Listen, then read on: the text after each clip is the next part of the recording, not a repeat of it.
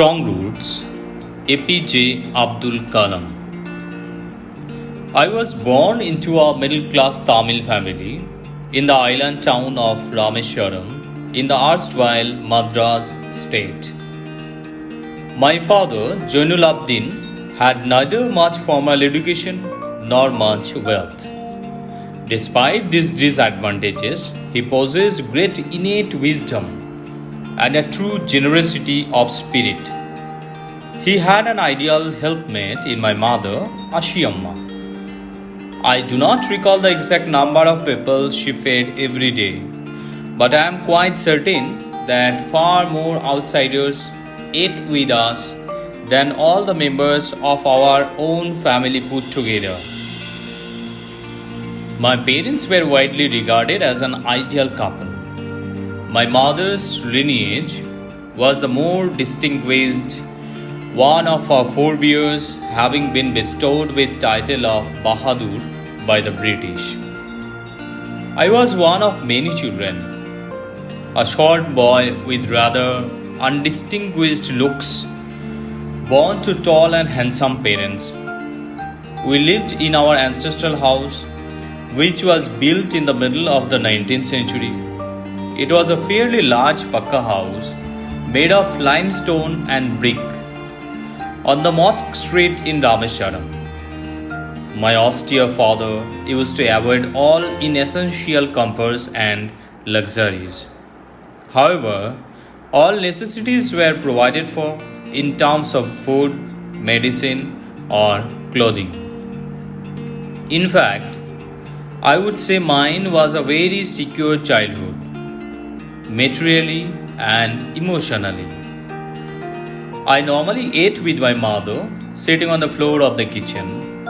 She would place a banana leaf before me, on which she then ladled rice and aromatic sambar, a variety of sharp homemade pickle, and a dollop of fresh coconut chutney. The Shiva temple, which made Rameswaram so famous to pilgrims, was about a 10-minute walk from our house. Our locality was predominantly Muslim, but there were quite a lot of Hindu families too, living amicably with their Muslim neighbors. There was a very old mosque in our locality where my father would take me for evening prayers. I had not the faintest idea of the meaning of the Arabic prayers chanted, but I was totally convinced that they reached God. When my father came out of the mosque after the prayers, people of different religions would be sitting outside waiting for him. Many of them offered bowls of water to my father, who would dip his fingertips in them and say a prayer. This water was then carried home for invalids. I also remember people visiting our home to offer thanks after being cured. Father always smiled and asked them to thank Allah the Merciful. The high priest of Rameswaram temple, Pakshi Lakshmana Shastri, was a very close friend of my father. One of the most vivid memories of my early childhood is of the two men, each in traditional attire, discussing spiritual matters. When I was old enough to ask questions, I asked my father about the relevance of prayer. My father told me there was nothing mysterious about prayer. Rather, prayer made possible a communion of the Spirit between people. When you pray, he said, you transcend your body and become a part of the cosmos, which knows no division of wealth, age, caste, or creed. My father could convey complex spiritual concepts in very simple, down-to-earth Tamil.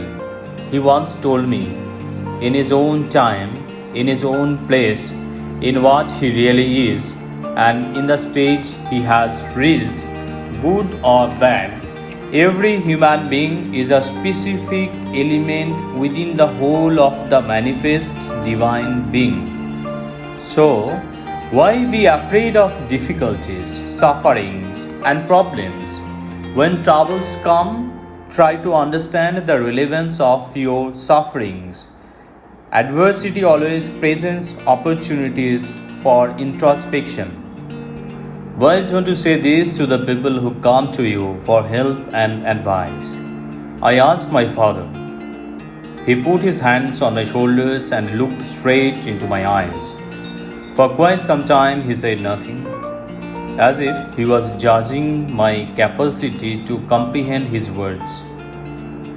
Then he answered in a low, deep voice. His answer filled me with a strange energy and enthusiasm. Whenever human beings find themselves alone, as a natural reaction, they start looking for company.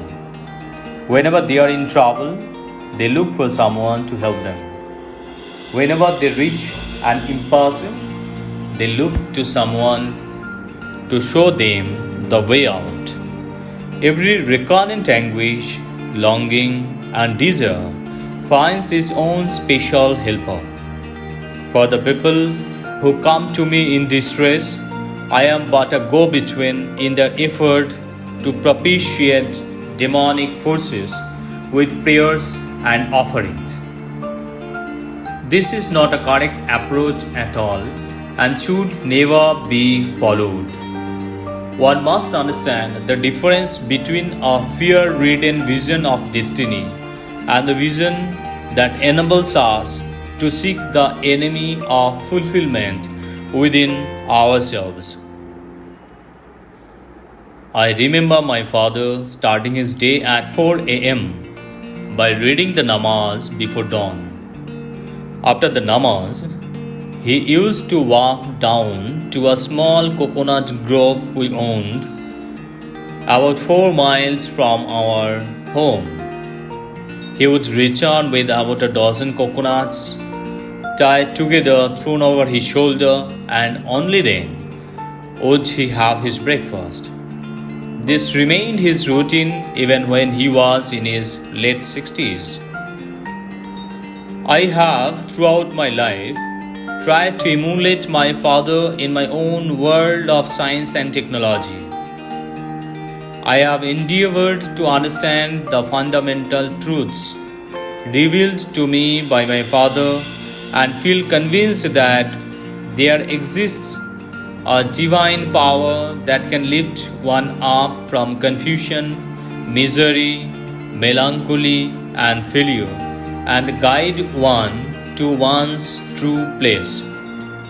And once an individual severs his emotional and physical bond, he is on the road to freedom, happiness, and peace of mind.